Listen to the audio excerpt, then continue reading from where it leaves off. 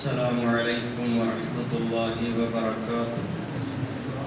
الحمد لله رب العالمين والصلاة والسلام على أشرف رسول الله الأمين وعلى آله وصحبه أجمعين.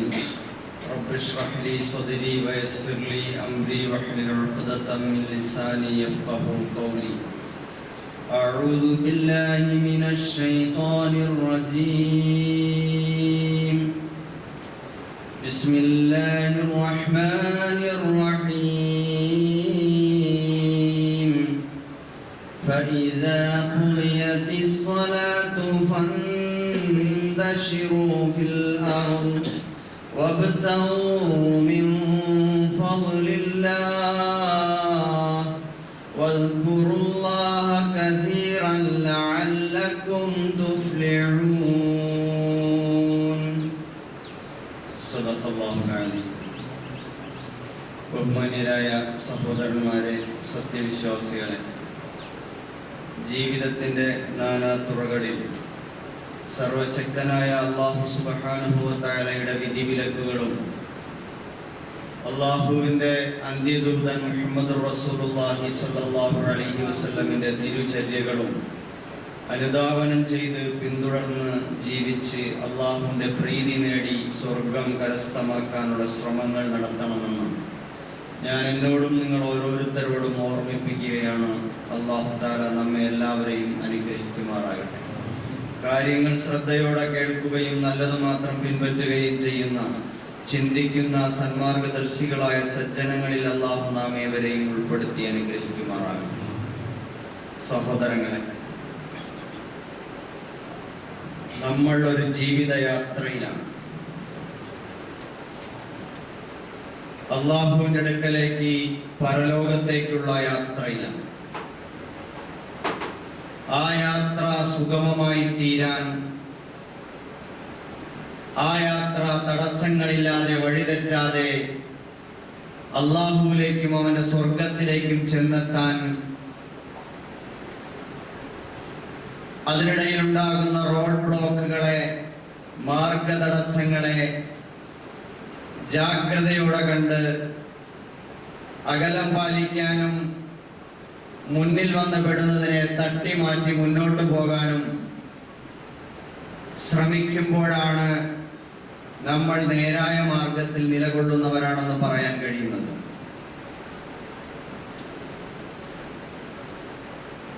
ധനസമ്പാദന മേഖലയിൽ നമ്മൾ പുലർത്തുന്ന നമ്മുടെ അശ്രദ്ധയും നമ്മുടെ അറിവില്ലായ്മയും നമ്മളെ വലിയ അബദ്ധങ്ങളിലേക്ക് കൊണ്ടുവന്നെത്തിക്കുകയാണ്. എന്ന് പൊതുവെ എല്ലാവരെയും പിടികൂടിക്കൊണ്ടിരിക്കുന്ന ഒരു വലിയ വിപത്ത് എന്തെന്ന് ചോദിച്ചാൽ ഈസി മണി മനോഭാവമാണ്. എളുപ്പത്തിൽ പണമുണ്ടാക്കണം എന്ന മനോഭാവം. പരിശുദ്ധ ദീനുൽ ഇസ്ലാം ആകട്ടെ നമ്മളോട് നിർദ്ദേശിച്ച ഒരു കാര്യവും അത് ആത്മീയമെന്നോ ഭൗതികമെന്നോ വേർതിരിവില്ലാതെ കൃത്യമായി എല്ലാ കാര്യങ്ങളും നമ്മെ ഉത്ബോധിപ്പിക്കുകയും ഉണർത്തുകയും ചെയ്തിരിക്കുന്നു. പരിശുദ്ധമായ ജുമുഅ നമസ്കാരം നിർവഹിക്കുമ്പോൾ ആ ജുമുഅ നമസ്കാരത്തെ കുറിച്ച്, അതിന്റെ പ്രാധാന്യത്തെ പറ്റി, സമയത്ത് ബാങ്ക് വിളിച്ച ഉടൻ തന്നെ എല്ലാം വിട്ടെറിഞ്ഞ് പള്ളിയിൽ എത്തണമെന്ന് നമ്മളെ ഉണർത്തുന്നതോടൊപ്പം ചേർത്ത് പറയുന്ന ഒരു കാര്യം, ഫഇദാ ഖുദിയത്തിസ് സ്വലാത്തു ഫന്തശിറു ഫിൽ അർദ് വബ്തഗൂ മിൻ ഫളില്ലാഹി വസ്കുറുല്ലാഹ കസീറൻ ലഅല്ലകും തുഫ്ലിഹൂൻ. നമസ്കാരം കഴിഞ്ഞാൽ ഭൂമിയിൽ വ്യാപരിക്കണം, അല്ലാഹുവിന്റെ ഔദാര്യം നേടാൻ വേണ്ടി നിങ്ങൾ അധ്വാനിക്കണം എന്നാണ്. അധ്വാനിച്ച് ധനമുണ്ടാക്കാനുള്ള മാർഗങ്ങൾ അവലംബിക്കുമ്പോൾ ഫസ്കുറുല്ലാഹ കസീറൻ, ധാരാളമായി അല്ലാഹുവിനെ സ്മരിക്കണം എന്നുമാണ്. പള്ളിയിൽ വന്ന് അല്ലാഹുവിനെ സ്മരിക്കലും കമ്പോളത്തിലിറങ്ങി അള്ളാഹുവിനെ സ്മരിക്കലും രണ്ട് തരമാണ്. പള്ളിയിൽ വന്ന് അള്ളാഹുവിനെ സ്മരിക്കുക എന്ന് പറയുന്നത് നമസ്കാരവും ഖുർആൻ പാരായണവും പഠനവും ദിക്റും ദുആയും ഒക്കെയായി ബന്ധപ്പെട്ട് നിൽക്കുന്നുണ്ടെങ്കിൽ, കമ്പോളത്തിലിറങ്ങി അഥവാ നിങ്ങളുടെ ധനസമ്പാദന മേഖലകളിൽ, ഉദ്യോഗ മേഖലകളിൽ, കച്ചവട മേഖലകളിൽ, വ്യാപാര മേഖലകളിൽ, തൊഴിൽ മേഖലകളിൽ ഇറങ്ങി പ്രവർത്തിക്കുമ്പോൾ ഫദ്കുറുല്ലാഹ കസീറൻ, നമസ്കാരം കഴിഞ്ഞാൽ നിങ്ങളുടെ തൊഴിലിടങ്ങളിലേക്ക് തന്നെ പൊയ്ക്കോളൂ, നിങ്ങൾ ധാരാളമായി അള്ളാഹുവിനെ സ്മരിക്കണം എന്നാണ്. അവിടെ ധാരാളമായി അള്ളാഹുവിനെ സ്മരിക്കണം എന്ന് പറഞ്ഞാൽ അള്ളാഹുവിനെ വിസ്മരിക്കുന്ന, പടച്ചവനെ മറന്നു പോകുന്ന ഒരുപാട് ഘട്ടങ്ങളും പ്രതിസന്ധികളും മനുഷ്യന് വന്നു ചേരും എന്നതുകൊണ്ടാണ്. ഇവിടെ അല്ലാഹു സുബ്ഹാനഹു വ തആല നമ്മളോട് അധ്വാനിക്കാൻ പറയുകയാണ്, അധ്വാനിച്ച് പണമുണ്ടാക്കാൻ പറയുകയാണ്, അധ്വാനിച്ച് ജീവിക്കാൻ നമ്മളോട് ആവശ്യപ്പെടുകയാണ്. കുറുക്ക് വഴികളിലൂടെ, എളുപ്പമാർഗങ്ങളിലൂടെ, ഒരു ബുദ്ധിമുട്ടും പ്രയാസവുമില്ലാതെ പണമുണ്ടാക്കാനുള്ള ഒരു വഴിയും അള്ളാഹുവിന്റെ ദീൻ നമുക്ക് അനുവദിച്ചു തരുന്നില്ല. ഏത് മാർഗത്തിലൂടെയായാലും അതിൻ്റെതായ അധ്വാനവും വിലയും നമ്മളിൽ നിന്ന് വാങ്ങിക്കൊണ്ടാണ് അല്ലാഹു തആല ഇതൊക്കെ നമുക്ക് അനുവദിച്ചു തരുന്നത്.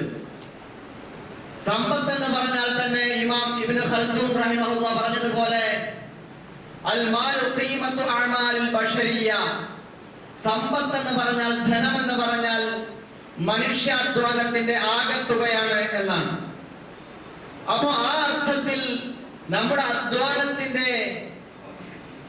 അധ്വാനത്തിന്റെ ഫലമാണ് നമ്മുടെ ധനം, നമ്മുടെ സമ്പത്ത് എന്ന് പറയുന്നത്. ആ അർത്ഥത്തിൽ അധ്വാനം നമ്മളിൽ നിന്ന് ആവശ്യപ്പെടുന്നു. ആ അധ്വാനത്തിലുടനീളം അല്ലാഹുവിനെ കുറിച്ചുള്ള സ്മരണകളും നമുക്ക് ആവശ്യമാണ്.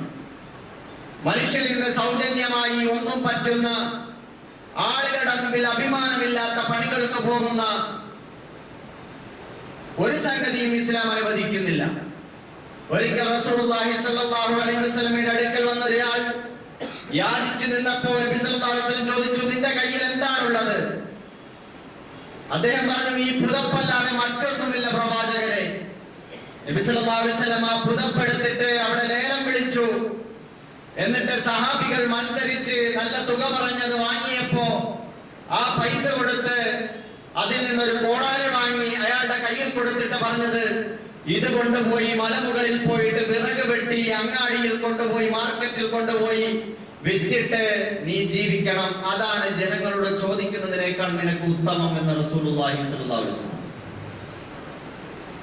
അപ്പോൾ യാചകരായ മറ്റുള്ളവരിൽ നിന്നും സൗജന്യം പ്രതീക്ഷിച്ച് കഴിയുന്ന ആളുകളെ അധ്വാനശീലരാക്കി മാറ്റുന്ന ഒരു പ്രവർത്തനമാണ് റസൂലുള്ളാഹി സ്വല്ലല്ലാഹു അലൈഹി വസല്ലം ധനസമ്പാദന മേഖലയിൽ തെളിച്ചു കൊടുത്തതെന്ന് കാണാം. റസൂലുള്ളാഹി സ്വല്ലല്ലാഹു അലൈഹി വസല്ലമയുടെ ബാപ്പ ജനിച്ചപ്പോൾ തന്നെ മരിച്ചുപോയി. ഉമ്മ 6-ാമത്തെ വയസ്സിൽ മരണപ്പെട്ടു പോയി. 2 വർഷം അബ്ദുൽ മുത്തലിബ് ഏറ്റെടുത്തു. 8-ാമത്തെ വയസ്സായപ്പോ അബൂ ത്വാലിബ് മരണപ്പെട്ടു പോയി. മൂത്താപ്പ മരണപ്പെട്ടു പോയി. അബ്ദുൽ മുത്തലിബ് മരണപ്പെട്ടു. 8-ാമത്തെ വയസ്സിൽ അബൂ ത്വാലിബ് ഏറ്റെടുത്തു. അബൂ ത്വാലിബ് 8-ാമത്തെ വയസ്സിൽ ഏറ്റെടുത്ത കാലം മുതൽ നബി സല്ലല്ലാഹു അലൈഹി വസല്ലമയ്ക്ക് ആ വീട്ടിലെ ദാരിദ്ര്യം അനുഭവിച്ചാണ് നബി ജീവിച്ചത്. നബി സല്ലല്ലാഹു അലൈഹി വസല്ലം അവിടെ കഷ്ടപ്പാടുകൾ അനുഭവിച്ച് ജീവിച്ചു. കാരണം അബൂ ത്വാലിബിന്റെ വീട്ടിൽ ആകെ ഒരാൾക്കുള്ള ഭക്ഷണം മറ്റുള്ള എല്ലാവർക്കും പങ്കുവെച്ചു കൊടുക്കുന്ന ഒരു അവസ്ഥയായിരുന്നു. ജീവിക്കാൻ നിവൃത്തി ഉണ്ടായിരുന്നില്ല. പക്ഷേ നബി സല്ലല്ലാഹു അലൈഹി വസല്ലം വീണ്ടും മുമ്പോട്ട് പോയതിനനുസരിച്ച് ഒരു ചെറിയ കുട്ടി എന്ന അവസ്ഥയിൽ നിന്ന് വളർന്ന് ഒരു കൗമാര ദശയിലെത്തിയപ്പോ തന്നെ മക്കയിലെ സമ്പന്നരായ ആളുകളുടെ ആടുകളെ മേയ്ക്കാൻ വേണ്ടി നബി സല്ലല്ലാഹു അലൈഹി വസല്ലം പോയിരുന്നു. ആടിനെ മേച്ച് കിട്ടുന്ന ഏതാനും നാണയത്തുട്ടുകൾ കൊണ്ടുവന്ന് അതുകൊണ്ട് ജീവിതം കഴിച്ചിരുന്ന ചരിത്രം നബി ചരിത്ര പുസ്തകങ്ങളിൽ നമുക്ക് കാണാൻ കഴിയും. അതേപോലെ തന്നെ റസൂലുള്ളാഹി സ്വല്ലല്ലാഹു അലൈഹി വസല്ലം പിന്നെ അവിടെ നിന്നും കൗമാരദശ പിന്നിട്ടപ്പോ അവിടെ നിന്ന് പിന്നീട് അബൂ ത്വാലിബ് ഖദീജ ബീവിയെ പരിചയപ്പെടുത്തി കൊടുത്തതനുസരിച്ച് കച്ചവടത്തിൽ ഏർപ്പെടുന്നു. ഷാമിലേക്ക് കച്ചവടത്തിന് പോകുന്നു നിരന്തരമായി. കച്ചവടത്തിന് പോയിട്ട് അതിൽ നിന്നും വലിയ ധനം സമ്പാദിക്കുന്നു. നബിയുടെ സത്യസന്ധതയും വിശ്വസ്തതയും മാന്യതയും എല്ലാം കണ്ടിട്ട് ആളുകൾ നബിയിൽ നിന്ന് സാധനങ്ങൾ ധാരാളമായി വാങ്ങുകയും അത് മാന്യമായ ലാഭം നബിക്ക് ഉണ്ടാക്കി കൊടുക്കുകയും അതിലൂടെ ഖദീജ ബീവി നബി സല്ലല്ലാഹു അലൈഹി വസല്ലമയ്ക്ക് ഓരോ യാത്രയും മടങ്ങി വന്നാൽ 4 ഒട്ടകങ്ങളാണ് അതിനുള്ള പ്രതിഫലമായി കൊടുത്തിരുന്നത്. 25-ാമത്തെ വയസ്സിൽ 40 വയസ്സുള്ള ഖദീജയെ വിവാഹം കഴിക്കുമ്പോൾ നബി സല്ലല്ലാഹു അലൈഹി വസല്ലം മഹറായി കൊടുത്തത് 20 ഒട്ടകങ്ങളാണ്. നിരത്തി നിർത്തിയാൽ എത്ര ദൂരം ഉണ്ടാകും? 20 ഒട്ടകങ്ങൾ മഹർ കൊടുത്ത് അല്ലാഹു ചോദിച്ചതുപോലെ നിന്നെ ഒരു ദരിദ്രനായിട്ടല്ലേ നാം കണ്ടത്, പിന്നീട് നാം താങ്കളെ സമ്പന്നനാക്കിയില്ലേ, ധന്യനാക്കിയില്ലേ എന്ന് അല്ലാഹു ചോദിക്കുന്നുണ്ട്. അപ്പൊ ആ അർത്ഥത്തിൽ ഉമ്മയും ബാപ്പയും ഇല്ലാത്ത ഒരു കുട്ടിയായി പിറന്ന് ലോകത്തിന് മുഴുവൻ നാഥനായി മാറുന്ന മുഹമ്മദ് റസൂലുള്ളാഹി സ്വല്ലല്ലാഹു അലൈഹി വസല്ലം ചെറുപ്പത്തിലെ അധ്വാനിച്ച് ആൺകുട്ടികളെ പോലെ വളരാനാണ് ശ്രമിച്ചത്. നമുക്കും അതാണ് കാണിച്ചു തന്നിട്ടുള്ളത്. എല്ലാ പ്രവാചകന്മാരും ആട് മേച്ചിട്ടുണ്ട് എന്നുള്ള ഹദീസ് നമുക്ക് കാണാൻ കഴിയും. അപ്പൊ ആ അർത്ഥത്തിൽ എല്ലാ പ്രവാചകന്മാരും പലതരത്തിലുള്ള തൊഴിലുകൾ എടുത്ത് ജീവിച്ചിരുന്നതായി കാണാൻ കഴിയും. അപ്പൊ അധ്വാനിച്ച് ജീവിക്കുക എന്നുള്ളത് പരിശുദ്ധ ദീനുൽ ഇസ്ലാമില് ഇബാദത്തിനോടൊപ്പം ആരാധനയോടൊപ്പം ചേർത്ത് പറഞ്ഞൊരു സംഗതിയാണ്.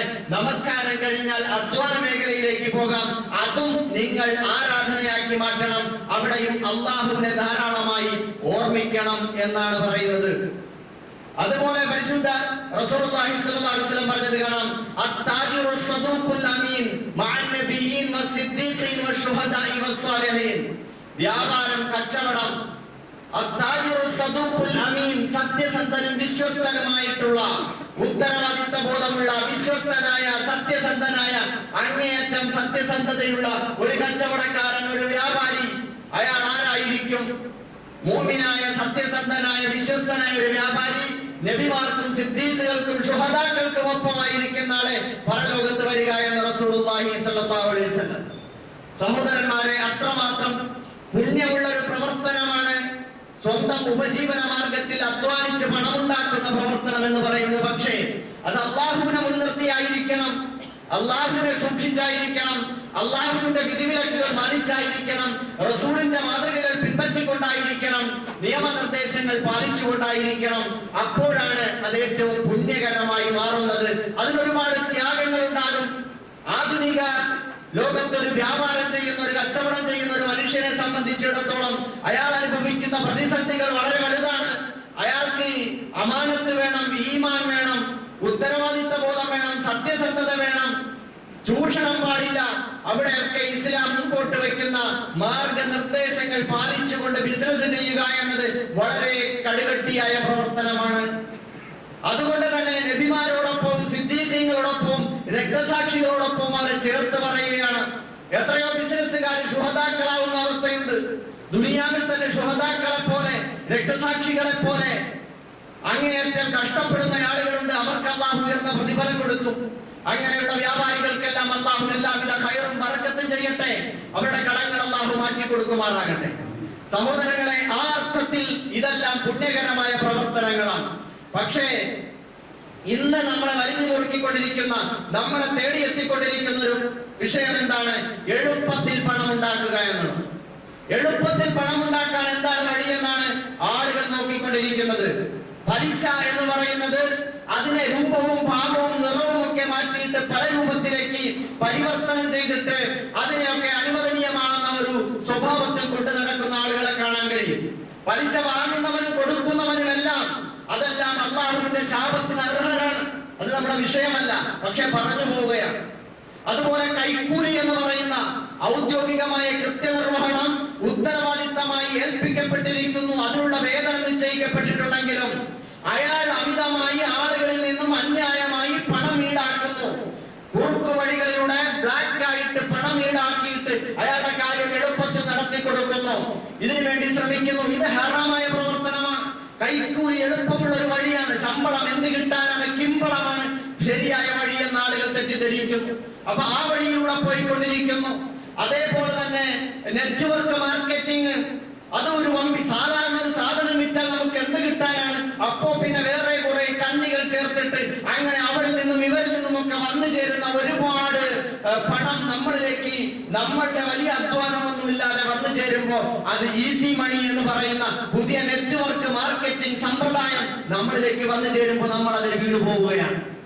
ഇതേപോലെ തന്നെയാണ് ലോട്ടറി എന്ന് പറയുന്ന ചൂതാട്ടം. ഇത് നമ്മളെ വരിഞ്ഞു മുറുക്കിക്കൊണ്ടിരിക്കുന്നു. ഇന്ന് നമ്മുടെ നാടുകളിൽ വ്യാപകമായി കൊണ്ടിരിക്കുകയാണ്. ഇന്ന് നമ്മുടെ നാടുകളിൽ വ്യാപകമാവുകയാണ് ലോട്ടറി.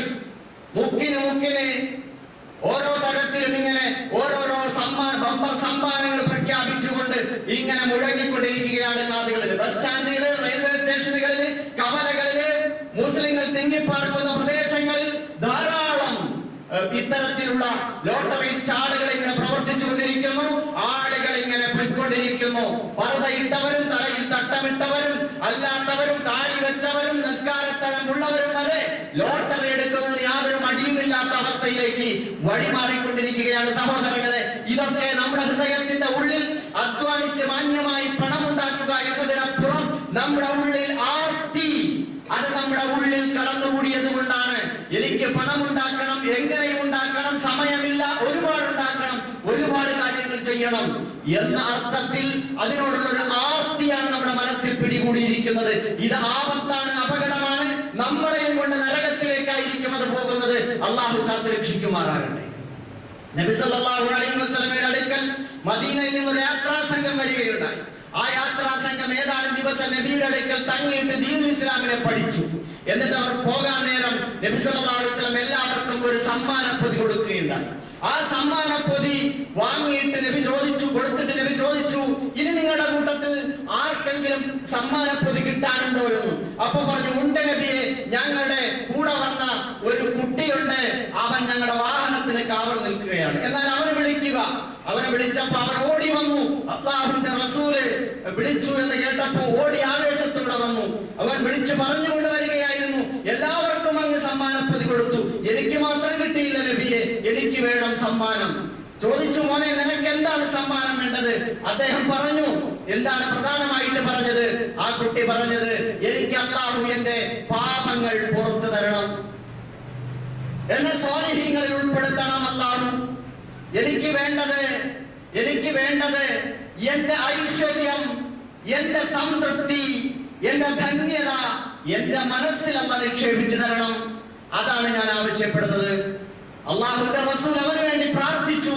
കൂട്ടത്തിൽ എല്ലാവർക്കും കൊടുത്ത സമ്മാനപ്പൊതിയും കൊടുത്തവനെ വിട്ടു.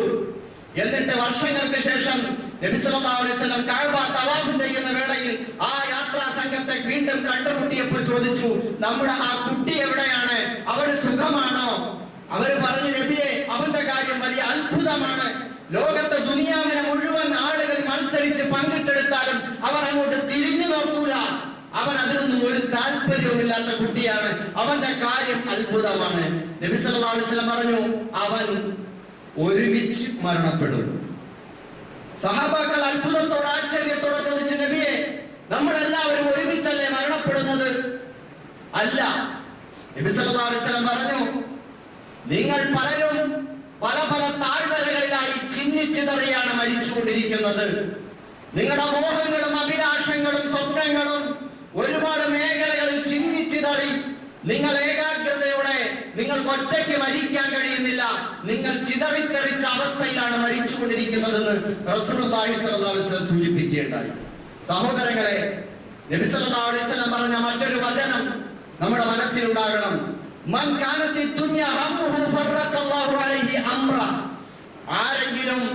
ആരെങ്കിലുടെയെങ്കിലും ആഗ്രഹങ്ങളും ലക്ഷ്യവും അവന്റെ മുഴുവൻ മനസ്സിന്റെ സ്വപ്നവും ത്യാഗവും ചിന്തയും ഈ ദുനിയാവ്, ഇവിടെ അതിനെ പച്ച പിടിപ്പിക്കണം, ഹരിതാപമാക്കണം, ഇവിടെ കൊട്ടാരം പണിയണം, ഇവിടെ സുഖിക്കണം, ഇവിടെ കാലാകാലം കഴിയണം എന്ന മനോഭാവത്തിൽ ദുനിയാവാണ് അവന്റെ ചിന്തയുടെ താല്പര്യത്തിന്റെ ആകത്തുകയെങ്കിൽ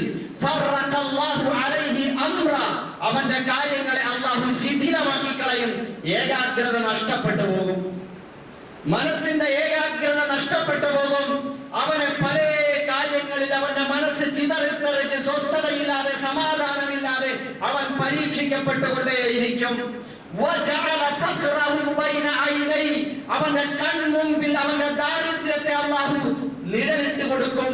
അവന്റെ മുമ്പിൽ അവന്റെ ദാരിദ്ര്യത്തെ കാണിച്ചു കൊടുക്കും. എപ്പോ നോക്കിയാലും കൺമുമ്പിൽ ദാരിദ്ര്യമില്ലായ്മ, എപ്പോഴും ഇല്ലായ്മ, എനിക്ക് അത് വേണം, ഇത് വേണം, ഇത് വേണം എന്ന് പറഞ്ഞ് ഇല്ലായ്മയുടെ ഒരു അവസ്ഥയായിരിക്കും അയാൾ കണ്ണിൽ കാണുക.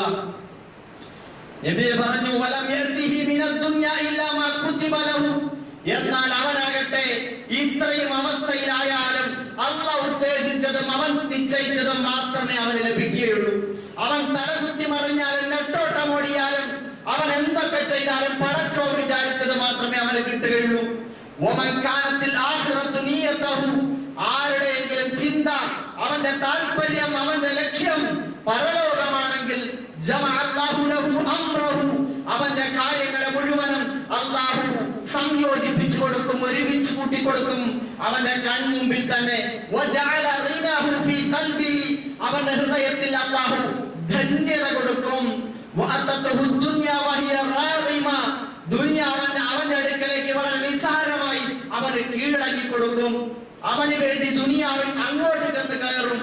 ഇതായിരിക്കും അവന്റെ അവസ്ഥയെന്ന് റസൂലുള്ളാഹി സ്വല്ലല്ലാഹു അലൈഹി വസല്ലം പറയുന്നതായി കാണാൻ കഴിയും.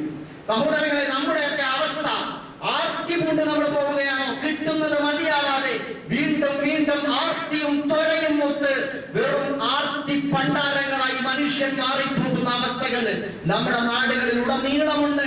ഏത് മാർഗത്തിലും ആരെ പറ്റിച്ചും, ആരെ കൊന്നും, ആരെ വെട്ടിച്ചും, ആരെ ചതിച്ചും, ആരെ ചൂഷണം ചെയ്തും പണമുണ്ടാക്കണം, പണമുണ്ടാക്കണം എന്ന ചിന്ത. എന്തെങ്കിലും ഒന്ന് വാങ്ങി കഴിക്കാൻ പറ്റുമോ? പഴമോ, പച്ചക്കറിയോ, മാംസമോ, മത്സ്യമോ, അരിയോ, ധാന്യങ്ങളോ, കിഴങ്ങ് വർഗ്ഗങ്ങളോ എന്തെങ്കിലും ഒന്ന് വാങ്ങാൻ കഴിയുമോ? അതൊക്കെ മനുഷ്യൻ അവന് ലാഭമുണ്ടാക്കാൻ, അവന് കേടുകൂടാതെ നിലനിൽക്കാൻ, അവന് കൂടുതൽ ഭാരം തൂങ്ങാൻ, അവൻ ആളുകളെ, ഉപഭോക്താക്കളെ പറ്റിച്ചിട്ട് മായവും കൃത്രിമത്വവും കരിഞ്ചന്തയും പൂഴ്ത്തിവെപ്പും തട്ടിപ്പ് നടത്തി ആളുകളെ കൊന്നു തിന്നുകയാണ്. ക്യാൻസർ സെന്ററുകളിൽ ക്യൂ നിൽക്കുന്ന, ബെഡിൽ കിടക്കുന്ന ആളുകളുടെ ക്യാൻസറിന്റെ ഉത്തരവാദികൾ അങ്ങനെ ആർത്തി പണ്ടാരങ്ങളായി മാറി ആളുകളെ ചൂഷണം ചെയ്ത് ജീവിക്കുന്ന ആളുകളായിരിക്കും നാളെ അല്ലാഹുവിന്റെ കോടതിയിൽ വന്നു നിൽക്കുക എന്ന് നമ്മൾ മനസ്സിലാക്കേണ്ടതുണ്ട്. ഈ കൂട്ടത്തിലാണ് നമ്മുടെ മുന്നിൽ ഇപ്പൊ ചർച്ച ചെയ്യേണ്ടത് ലോട്ടറി. ലോട്ടറി എന്ന് പറയുന്ന ഒരു സംഗതി, അത് ചൂതാട്ടത്തിന്റെ ഭാഗമാണ്. അത് ഏറ്റവും വലിയ സാമൂഹികമായ തിന്മയാണ്. അത് ചൂഷണമാണ്. അത് നമ്മെ നശിപ്പിക്കും, സമൂഹത്തെ ദൂഷിപ്പിക്കും, ആ അവസ്ഥയിലേക്ക് കൊണ്ടുപോകും. പരിശുദ്ധ ഖുർആൻ അല്ലാഹു സുബ്ഹാനഹു വ തആല അക്കാര്യം നമ്മളെ ഓർമ്മിപ്പിക്കുന്നുണ്ട്. അല്ലാഹു തആല പറയുന്നതായി കാണാൻ കഴിയും, യസ്അലൂനക അനിൽ ഖംറി വൽ മൈസിർ. അല്ലാഹു തആല പറയുന്നു, നിന്നോട് വന്നിട്ട് ചോദിക്കുന്നു ഈ ആളുകള്, എന്താണ് ഈ പറയുന്ന ഈ മദ്യവും ചൂതാട്ടവും, അതിനെ പറ്റിയിട്ടുള്ള വിധി ചോദിക്കുന്നുണ്ട്. പറഞ്ഞു കൊടുക്കുക, തീർച്ചയായും മദ്യവും ലോട്ടറിയും മദ്യവും ചൂതാട്ടവും എന്ന് പറയുന്നത് അത് റിജ്സും മിൻ അമലി ശൈത്താൻ. യസ്അലൂനക അനിൽ ഖംറി വൽ മൈസർ. നിന്നോട് ചൂതാട്ടത്തെ പറ്റിയും മദ്യത്തെ പറ്റിയും ചോദിക്കുന്നുണ്ട്. പറഞ്ഞു കൊടുക്കുക, ഖുൽ ഫീഹിമാ ഇസ്മുൻ കബീർ. അതിൽ ഒരുപാട് തിന്മയുണ്ട്, പാപകരമായ വശങ്ങളുണ്ട്. വമനാഫിഉ ലിന്നാസ്. എന്നാൽ ജനങ്ങൾക്ക് അതുകൊണ്ട് നേട്ടവുമുണ്ട്. അപ്പോ നമ്മൾ മനസ്സിലാക്കണം, ഇവിടെ മൈസർ മദ്യത്തോടൊപ്പമാണ്. നമ്മുടെ കേരളത്തെ സംബന്ധിച്ചിടത്തോളം ഈ മദ്യം അല്ലെങ്കിൽ ലഹരി, അതോടൊപ്പം തന്നെ ഈ പറയുന്ന ലോട്ടറി, ഇത് രണ്ടുമാണ് നമ്മുടെ ധനസമ്പാദനത്തിന്റെ, നമ്മുടെ സംസ്ഥാനത്തിന്റെ ഏറ്റവും വലിയ വരുമാന മാർഗം. മറ്റ് സംസ്ഥാനങ്ങളിലൊക്കെ ലോട്ടറി നിരോധിച്ചെങ്കിലും കേരളത്തിൽ 95% വരുമാനം നമുക്ക് ലോട്ടറിയിലൂടെയാണ്. നമ്മുടെ സംസ്ഥാനത്ത് ആളുകളെ ഒരുതരം മോഹവലയത്തിൽപ്പെടുത്തി സ്വപ്നജീവികളാക്കി മാറ്റി വലിയ പ്രതീക്ഷകൾ കൊടുത്ത് അവരെ നിരാശയിലേക്കും വിഷാദങ്ങളിലേക്കും തള്ളിവിടുന്ന, സമൂഹത്തിൽ തിന്മകൾ നടമാടാൻ പ്രേരിപ്പിക്കുന്ന ഒരു സംഗതിയാണ് ലോട്ടറി. അൽ മൈസർ എന്നാണ് ഖുർആൻ പ്രയോഗിച്ചത്. ഖംറി എന്നാൽ മദ്യം, ലഹരി പദാർത്ഥം. മൈസർ എന്ന് പറഞ്ഞാൽ ചൂതാട്ടം, എളുപ്പത്തിൽ പണമുണ്ടാക്കുന്ന പരിപാടി. അതിനെപ്പറ്റി പണ്ഡിതന്മാർ വിശദീകരിച്ചിട്ടുണ്ട്. ഇമാം റാസി റഹിമഹുല്ലാഹ് അദ്ദേഹത്തിന്റെ തഫ്സീറിൽ പറയുന്നത് കാണാം, അഖുദുൽ ലിമാലിർ റജുലി ബിയസീരിൻ വസുഹൂലത്തിൻ മിൻ ഗൈരി ഖദ്ദിൻ വലാ തഅബ്. പണമുണ്ടാക്കുക എന്നതാണ് മറ്റൊരാളുടെ പണം സ്വന്തമാക്കുക. അത് എളുപ്പമാർഗത്തിലൂടെ വളരെ ലാഘവത്തോടെ അങ്ങനെ സ്വന്തമാക്കുക. മിൻ ഗൈരി ഖദ്ദിൻ വലാ തഅബ്. ഒരു അധ്വാനവും ഒരു ക്ഷീണവും ഒരു ശ്രമവും ഇല്ലാത്ത നിലയിൽ എളുപ്പത്തിൽ പണമുണ്ടാക്കുക എന്നുള്ളതാണ്. ഇമാം ഗസാലി റഹ്മത്തുള്ളാഹി അലൈഹി പറയുന്നത് ഓരോരുത്തരുടെ കാര്യത്തിലും ലാഭനഷ്ടങ്ങളുടെ സാധ്യത ഒരുമിച്ച് ചേരലാണ് ചൂതാട്ടം. ഓരോരുത്തരും ധനം ഇറക്കുന്നു, വിജയിക്കുന്നവർ എല്ലാവരുടെയും ധനം കൈയടക്കുന്നു. ഈ പരിപാടിയാണ് ചൂതാട്ടം എന്ന് പറയുന്നത്. അറബികളുടെ ഇടയിൽ ചൂതാട്ടം എന്ന് പറയുന്നത് അറബികൾക്കിടയിൽ നിലവിലുണ്ടായിരുന്ന ഒരു രൂപം ചരിത്രത്തിൽ കാണാൻ കഴിയും. എന്താണ്? അവർ 10 പേര് ചേർന്നിട്ട് ഒരു ഒട്ടകത്തെ വാങ്ങും. ആ ഒട്ടകത്തിന്റെ പണം അന്നേരം കൊടുക്കൂല. പിന്നീട് അവർ വാങ്ങിയിട്ട് അതിൽ ആ 10 പേരിൽ 1 മുതൽ 7 പേരുടെ നമ്പർ ഇട്ടിട്ട് അവരുടെ പേര് എഴുതും, അവർക്ക് കൊടുക്കേണ്ട വിഹിതവും എഴുതും. ഈ ഒട്ടകത്തിന് 10 ഓഹരിയോ 27 28 ഓഹരിയോ ഒക്കെ ആക്കും അവര്. ഓരോരുത്തരുടെ ഈ 10 പേരിൽ 7 പേരുടെ പേര് അവർ ഓരോ അമ്പിൽ എഴുതി വെക്കും. ആ അമ്പിൽ അവരുടെ പേരുമുണ്ടാകും, അവർക്ക് കൊടുക്കേണ്ട ഓഹരിയും ഉണ്ടാകും. എന്നിട്ട് 3 പേരുടെ പേര് 3 അമ്പുകൾ വെറുതെ ഇടും. അത് 0 എന്നായിരിക്കും എഴുതിയിട്ടുണ്ടാവുക. അതിൽ പേരും ഉണ്ടാവുകയില്ല, അതോടൊപ്പം അതിൽ ഓഹരിയും ഉണ്ടാവുകയില്ല. എന്നിട്ട് ഒരാളുടെ കയ്യിൽ കൊടുക്കും, അവർ നറുക്കെടുക്കും, അതിൽ നിന്നും പേര് പറഞ്ഞെടുത്ത് കാണിക്കും. അതില് ആ എഴുതിയിട്ട ആളുകളുടെ ഓഹരി അനുസരിച്ച് അവർക്കത് കിട്ടും. എന്നാൽ ശേഷിക്കുന്ന 3 ആളുകള് അവര് 0 ആയിരിക്കും. ആ 3 പേരും ഈ ഒട്ടകത്തിന്റെ മുഴുവൻ പണവും കൊടുക്കേണ്ടതുണ്ട്. ഇതായിരുന്നു ആ കാലഘട്ടത്തിൽ ഉണ്ടായിരുന്ന ചൂതാട്ടം, മൈസർ എന്ന് പറയുന്ന അല്ലെങ്കിൽ ഖിമാർ എന്ന് പറയുന്ന പേരിൽ ഉണ്ടായിരുന്നത് എന്ന് നമുക്ക് കാണാൻ കഴിയും. സഹോദരങ്ങളെ, ഇതാണ് നമ്മുടെ ഈ നാട്ടിൽ നടക്കുന്ന മറ്റൊരു രൂപത്തിൽ വകഭേദങ്ങൾ. മൈസറിന്റെ വകഭേദങ്ങളാണ് ഓരോ കാലഘട്ടത്തിലും നമ്മൾ കാണുന്നത്. പുതിയ പുതിയ രീതികളിലും സമീപനങ്ങളിലും ആശയത്തിലും അടിസ്ഥാനത്തിലും ഒന്നു തന്നെയായ പ്രവർത്തനങ്ങളാണ് നമ്മൾ കണ്ടുകൊണ്ടിരിക്കുന്നത്. നമ്മുടെ ലോട്ടറി എന്ന് പറയുന്നത് വിലപിടിപ്പുള്ള സമ്മാനങ്ങൾ പ്രഖ്യാപിച്ചിട്ട് ടിക്കറ്റുകൾ വിൽപ്പന നടത്തി നറുക്കെടുപ്പിലൂടെ നമ്പറുകാരന് മുഴുവൻ ധനവും സമ്മാനവും കൈയടക്കുന്ന ഒരു രീതിയാണ് നമ്മൾ കാണുന്നത്. ഇത് അറബികൾക്കിടയിൽ ഉണ്ടായിരുന്ന ആ പറയപ്പെട്ട ചൂതാട്ടത്തെക്കാൾ ചൂഷണമാണ്, അങ്ങേയറ്റം കടുത്ത ചൂഷണമാണ്, മാരകമാണ്. അതിൽ നഷ്ടം മുഴുവൻ ആളുകളും, അതിന്റെ നഷ്ടം ആയിരക്കണക്കിന് ആളുകളാണ്. ഈ ലോട്ടറി ടിക്കറ്റ് എടുത്ത ആളുകളാണ് നഷ്ടം അനുഭവിക്കുന്നത്. എന്നാൽ ഒറ്റപ്പെട്ട ആളുകൾക്ക് മാത്രമാണ് അതിന്റെ ലാഭം അല്ലെങ്കിൽ സമ്മാനം ഉണ്ടായിത്തീരുന്നത്. ഇമാം റാസി റഹിമഹുല്ലാഹ് പറയുന്നത്, ജയിച്ചവന് എടുക്കാമെന്ന വ്യവസ്ഥയിൽ 2 പേര് പണം ചെലവാക്കുന്നുവെങ്കിൽ അത് ചൂതാട്ടമാണെന്ന് അദ്ദേഹത്തിന്റെ മജ്മൂഇൽ രേഖപ്പെടുത്തിയത് കാണാൻ കഴിയും. അതേപോലെ തന്നെ മുഗനിയിൽ കാണാൻ പറ്റും, പരാജയപ്പെട്ടവൻ വിജയിക്ക് ഇത്ര സംഖ്യ നൽകണമെന്ന് വ്യവസ്ഥ ചെയ്യുന്നത് ചൂതാട്ടമാണ് എന്ന് കാണാൻ കഴിയും. അതേപോലെ ശരിയായ പകരം മുഖാബല ഇല്ലാത്ത പണമിടപാടുകൾ ഹറാമാണ്, സമ്പാദ്യം ഹറാമാണ്, ശരിയായ പകരമില്ലാത്ത നിലയിൽ. അതുപോലെ ഇത്ലാഫുൽ മാൽ, സമ്പത്ത് നശിപ്പിക്കുക എന്ന് പറയുന്നത് അത് ഹറാമായ പ്രവർത്തനമാണ്. ഓരോ ദിവസവും രാവിലെ മുതൽ വൈകുന്നേരം വരെ അധ്വാനിച്ച് കഷ്ടപ്പെട്ടുണ്ടാക്കിയ പണം കൊണ്ടുവന്ന് വീട്ടിലേക്ക് പോകുന്നതിന് മുമ്പ് ഒന്ന് മദ്യപിക്കുക, അതല്ലെങ്കിൽ മദ്യപിക്കുക, ഒരു ലോട്ടറി ടിക്കറ്റ് എടുക്കുക എന്നത് നമ്മുടെ നാട്ടിലെ തൊഴിലാളികളുടെ ഒരു സുന്നത്തായി മാറിയിട്ടുണ്ട്. ഇനി മദ്യപിച്ചില്ലെങ്കിലും പോയിട്ട് ഏതെങ്കിലും ഒരു ലോട്ടറി കടയിൽ പോയിട്ട് നോക്കി നിന്ന് ഒരു ടിക്കറ്റും എടുത്തിട്ട് പോവുക, വലിയ സ്വപ്നങ്ങളുമായി വീട്ടിലേക്ക് പോവുക എന്നത് ആളുകളുടെ ഒരു ശീലമായി മാറിയിട്ടുണ്ട്. എത്രയോ കാലമായി ഈ പ്രതീക്ഷയോടെ ആളുകൾ ലോട്ടറി ടിക്കറ്റുകൾ എടുത്തുകൊണ്ടിരിക്കുന്നു. ലക്ഷങ്ങളും കോടികളുമാണ് ആളുകൾ നശിപ്പിച്ചുകൊണ്ടിരിക്കുന്നത്. ഇത് പണം നശിപ്പിക്കലാണ്. ഒരു മനുഷ്യൻ ചെറുപ്പം മുതൽ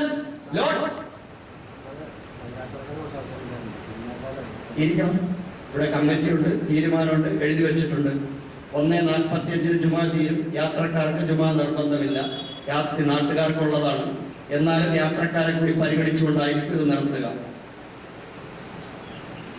അപ്പോ ലോട്ടറി പറഞ്ഞപ്പോഴല്ല ഇങ്ങനെ കയറി വരുന്ന ഓരോന്നും. അപ്പോ ഈ പറയുന്ന ടച്ച് വിട്ടുപോയി ഇടയ്ക്ക് സംസാരിക്കുന്നത്. അപ്പൊ ഈ പറയുന്നത് ലോട്ടറി എന്ന് പറയുന്നത് ഈ അർത്ഥത്തിലെല്ലാം അത് ഹറാമായ പ്രവർത്തനങ്ങളാണ്. പറഞ്ഞെന്താന്ന് ഓർക്കുന്നില്ല. എന്തായാലും ഈ അർത്ഥത്തിൽ ഹറാമാണ്. നമ്മൾ എന്തായാലും അതൊക്കെ അവസാനിപ്പിക്കേണ്ടതാണ്. ഏതെങ്കിലും തരത്തിൽ ഒരാള് ലോട്ടറി എടുത്തുകൊണ്ടേയിരിക്കുന്നത് അയാളുടെ ജീവിതത്തിൽ മൊത്തം കൂട്ടി നോക്കുമ്പോ എന്തായിരിക്കും സ്ഥിതി? ഇതെല്ലാം കൂടി കൂട്ടി നോക്കുമ്പോ വലിയ സംഖ്യ ഇതയാളുടെ ജീവിതത്തിൽ വീട് നന്നാക്കാൻ, പുര നന്നാക്കാൻ, വീട്ടിൽ മറ്റെന്തെങ്കിലും ആവശ്യങ്ങൾ നേടാൻ, അല്ലെങ്കിൽ സദഖ ചെയ്യാൻ എത്ര വലിയ സംഗതിയായിരിക്കുമെന്ന് നമ്മൾ ആലോചിച്ചു നോക്കുക. സഹോദരങ്ങളെ, ആ അർത്ഥത്തിൽ നമ്മൾ ഇതെല്ലാം തന്നെ ഒഴിവാക്കേണ്ടതുണ്ട്. സാമൂഹിക തലത്തിൽ അധ്വാനശീലം നശിപ്പിക്കുന്ന, അതേപോലെ തന്നെ ഭാഗ്യപരീക്ഷണം എന്ന് പറയുന്നത് മനുഷ്യൻ നിരാശയും വിഷാദവും ഉണ്ടാക്കുന്ന, പ്രലോഭനങ്ങൾ ഉണ്ടാക്കുന്ന ഒരു സംഗതിയാണ്. ഈ അർത്ഥത്തിലെല്ലാം ഇതെല്ലാം നമ്മൾ കൈയൊഴിയേണ്ടതുണ്ട്. ആരെങ്കിലും അത് ചെയ്യുന്നുണ്ടെങ്കിൽ ആ സഹോദരങ്ങളോട് സ്നേഹബുദ്ധിയ ഉപദേശിച്ചു കൊടുത്തുകൊണ്ട് അവരതിൽ നിന്ന് പിന്തിരിപ്പിക്കണം. അറിവില്ലായ്മ കൊണ്ടോ നമ്മുടെ അശ്രദ്ധ കൊണ്ടോ ആരെങ്കിലും എടുത്തു പോയിട്ടുണ്ടെങ്കിൽ ഇൻഷാ അല്ലാഹ് ഇനി ഞാനത് ചെയ്യില്ല എന്നും നമ്മൾ തീരുമാനിക്കണം. അള്ളാഹു നമ്മെവരെയും കാത്തുരക്ഷിക്കുമാറാകട്ടെ. അള്ളാഹു നമ്മളെല്ലാവരുടെയും ഹലാലായ ഉദ്ദേശങ്ങൾ സഫലമാക്കി തരുമാറാകട്ടെ. പടച്ചവനെ തൃപ്തിപ്പെട്ട വഴിയിൽ ജീവിച്ചു മരിക്കാൻ അള്ളാഹു നമുക്ക് എല്ലാവർക്കും തൗഫീഖ് തരുമാറാകട്ടെ. അള്ളാഹുവിന്റെ പള്ളി പരിപാലനത്തിന്റെ പ്രവർത്തനങ്ങളും ഡൊണേഷനും നടന്നുകൊണ്ടിരിക്കുകയാണ്. ആളുകൾ അൽഹംദുലില്ലാഹ് സഹോദരിമാർ മത്സരിച്ച് മുമ്പോട്ട് വന്നുകൊണ്ടിരിക്കുന്നു, സഹോദരന്മാർ മുമ്പോട്ട് വന്നുകൊണ്ടിരിക്കുന്നു. എല്ലാവരെയും അള്ളാഹു കബൂലാക്കട്ടെ. കണ്ണ് നിറയുന്ന അനുഭവങ്ങളാണ് സഹോദരിമാർ കാഴ്ചവെച്ചുകൊണ്ടിരിക്കുന്നത്. അവരുടെ ആഭരണങ്ങൾ ഊരിത്തരുന്ന, എല്ലാം ഉണ്ടായിട്ടല്ല, ആഭരണങ്ങൾ ഊരിത്തരുന്ന രംഗങ്ങൾ, ഒന്നും കയ്യിലില്ലെങ്കിലും എന്തെങ്കിലും ഒക്കെ തരുന്ന, കണ്ണു നിറയുന്ന അനുഭവങ്ങൾ പ്രാർത്ഥനകളോടെ മാത്രമേ നമുക്ക് നോക്കി നിൽക്കാൻ കഴിയുള്ളൂ. ഇൻഷാ അല്ലാഹ് ഈ ഷൊർണൂരിനെ അല്ലാഹ് കൈവിടൂല, ഈ മുഅ്മിനീങ്ങളെ അല്ലാഹ് കൈവിടൂല.